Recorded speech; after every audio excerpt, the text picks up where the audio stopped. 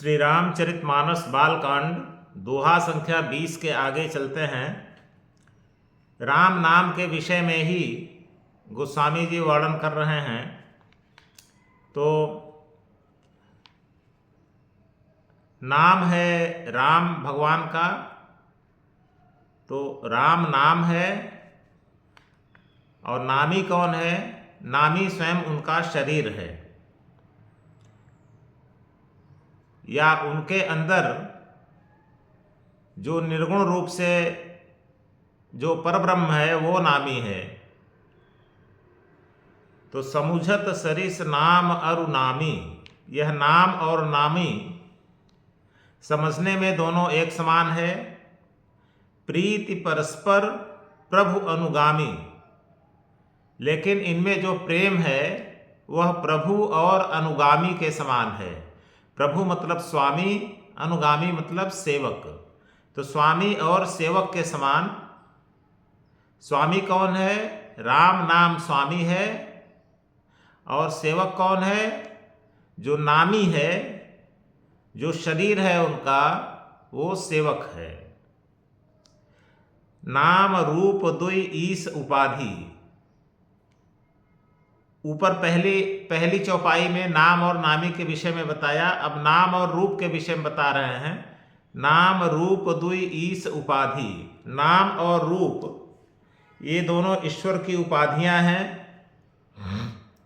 अकथ अनादि सुसामुझ साधि, ये दोनों अकथनीय हैं, अनिर्वचनीय हैं। इनका निर्वचन नहीं किया जा सकता, इनको कहा नहीं जा सकता। ये दोनों अनादि हैं, कब से हैं कुछ पता नहीं है। सुसामुझ साधि, बहुत अच्छी समझ होने पर, बहुत अच्छा ज्ञान होने पर, बहुत अच्छा जीवन होने पर इनको समझा जा सकता है। को बड़ छोट कहत अपराधु। अब इस नाम और रूप में कौन बड़ा है और कौन छोटा है, यह कहना तो अपराध ही है। तुलसीदास जी कहते हैं कि नाम और रूप में कौन बड़ा है कौन छोटा है, यह कहना तो अपराध है।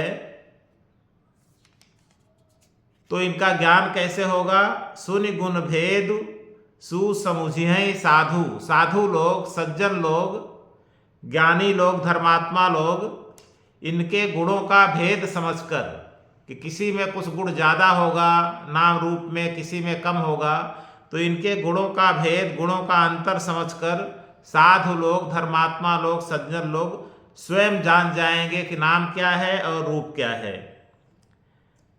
फिर अगली पंक्ति में कहते हैं, देखी हैं रूप नाम आधीना।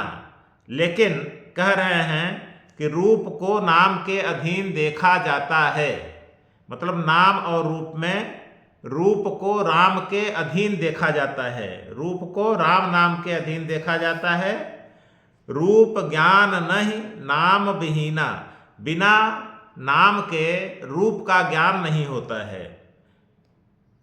अगली पंक्ति में कहते हैं, रूप विशेष नाम बिनु जाने।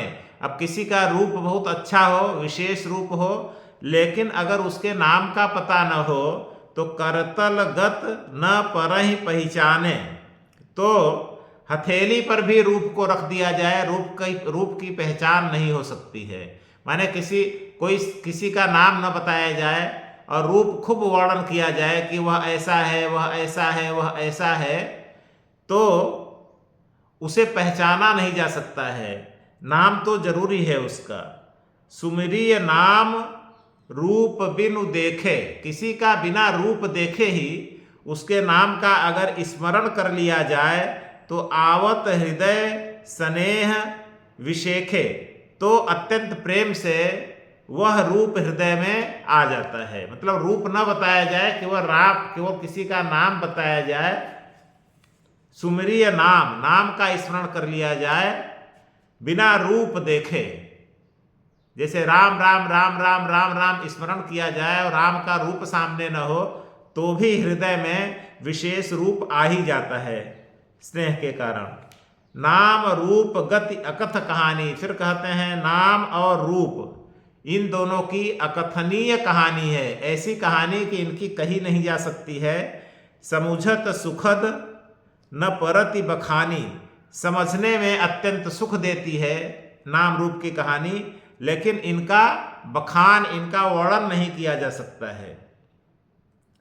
अगुण सगुण बीच नाम सुसाखी, अब प्रभु के, ईश्वर के निर्गुण रूप और सगुण रूप के बीच में नाम सुसाखी, नाम एक साक्षी के समान है।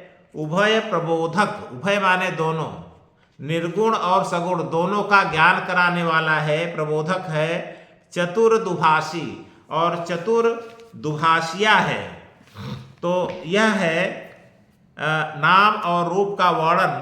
तो आगे 21वें दोहे में कहते हैं, बड़ा सुंदर दोहा है।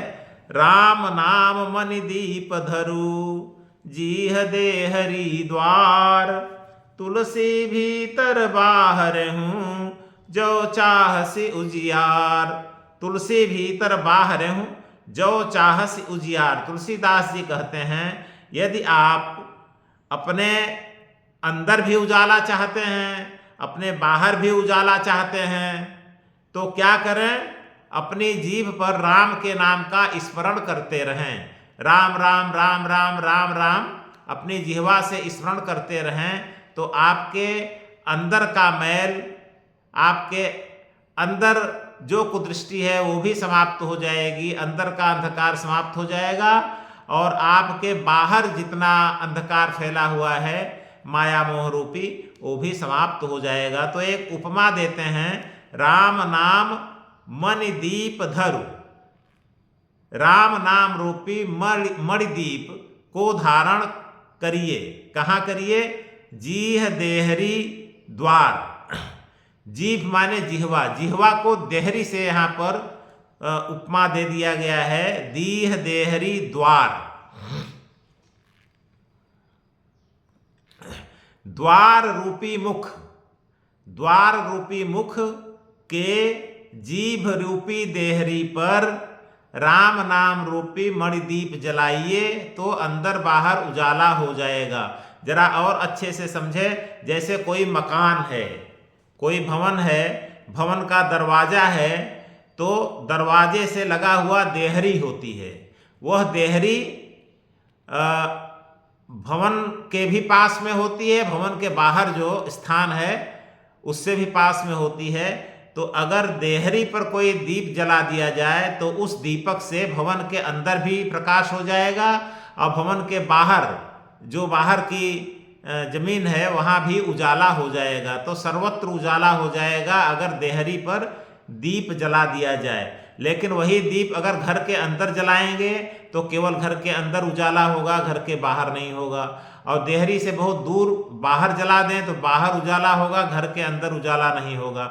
उसी प्रकार से हमारा जो मुख है, यह दरवाजे के समान है, और मुख के अंदर जो जीभ है, हमारी जिह्वा है, वह देहरी के समान है। तो अगर इस जिह्वा पर राम नाम रखेंगे, राम के नाम का स्मरण जिह्वा से करेंगे, तो हमारे शरीर के अंदर भी उजाला होगा और शरीर के बाहर भी उजाला होगा। मतलब हमारा अंतःकरण भी साफ होगा, स्वच्छ होगा, अंदर का जो अंधकार है वो भी समाप्त होगा, और बाहर का जो अंधकार है, बाहर का जो माया मोह है, सांसारिक माया मोह है, सांसारिक वितृष्णा है, वो भी समाप्त होगा। तो ये तात्पर्य है इस दोहे का। आज यहीं 21वीं दोहे तक विश्राम लेते हैं।